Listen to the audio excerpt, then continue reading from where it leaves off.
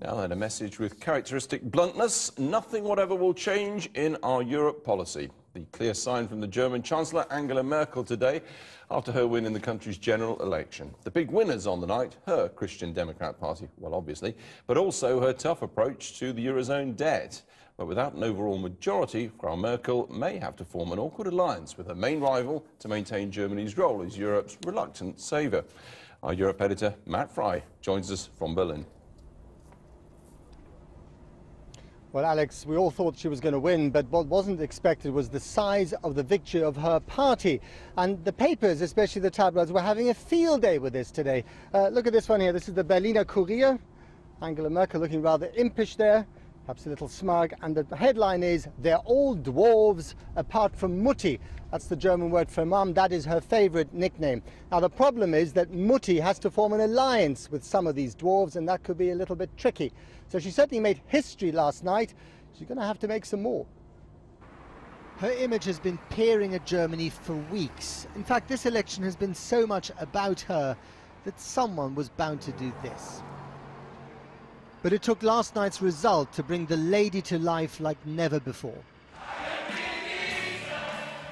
The pastor's daughter from East Germany, the quantum physicist who eloped with the quantum chemist, joining in the victory jig with customary understatement. The embodiment of Germany as a benign colossus.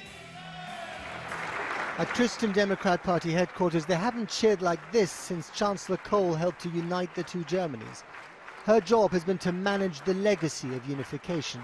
Her challenge now is to lead Europe without frightening the neighbours. And her appeal has been to be utterly unpretentious.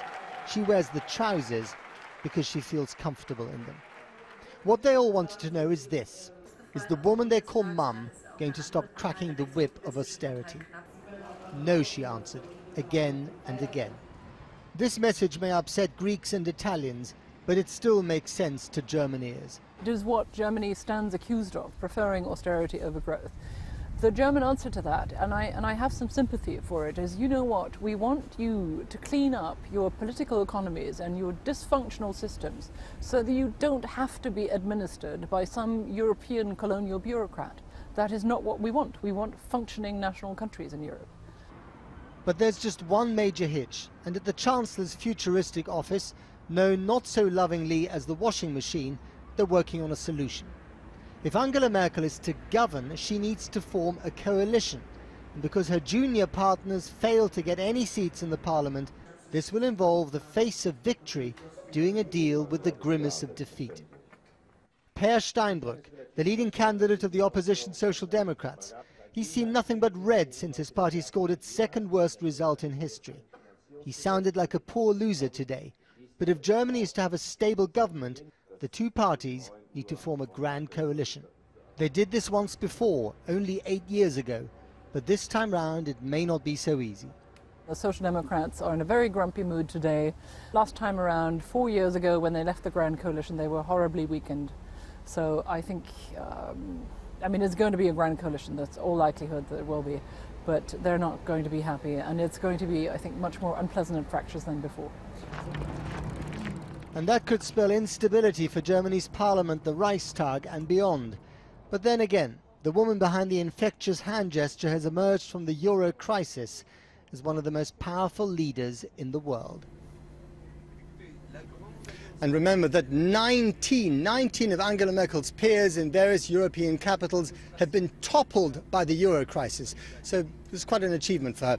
So let's talk to Almut Möller. She's from the Council on Foreign Relations. She's going to discuss with me some of the implications of all this. Almut, Angela Merkel, very strong today, but it's a bit of a Pyrrhic victory, isn't it? Because she needs to form that coalition. How difficult will that be?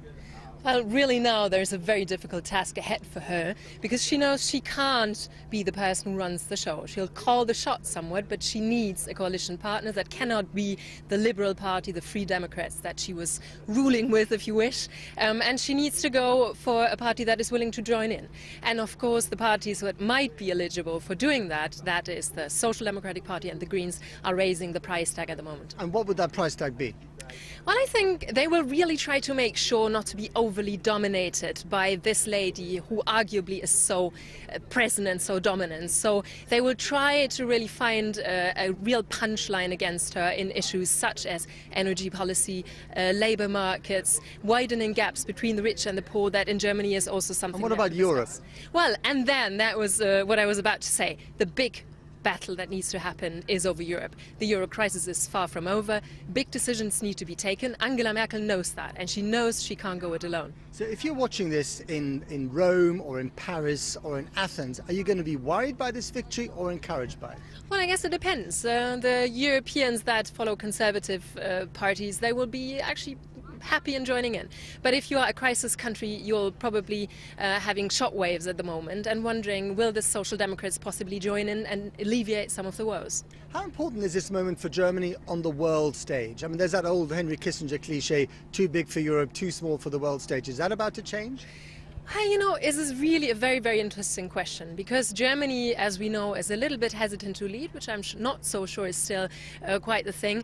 But Germany needs to take very, very decisive steps in the Eurozone. And we have seen that a lot of Germany's partners in Europe and also globally have been asking questions. Is this Germany still with us? It doesn't want to play more of a role in security affairs, Libya, Mali, Syria, etc. So there will be questions that Merkel in her next government will have to respond to. Fascinating stuff. Almut Möller from the Council on Foreign Relations, thank you very much indeed. Well, just to end on this particular note, the average time it takes for a German coalition government to be cobbled together is 37 days. And the last time they did it in a grand coalition, it was 65 days. So if you're interested, watch this space. Back to you. That Friday in Berlin on the triumph of Mutti. Kathy. Thanks, Alex. Gwent police are searching for the body of an unknown person at a farm in Marshfield near Newport after 4 people were arrested over allegations of forced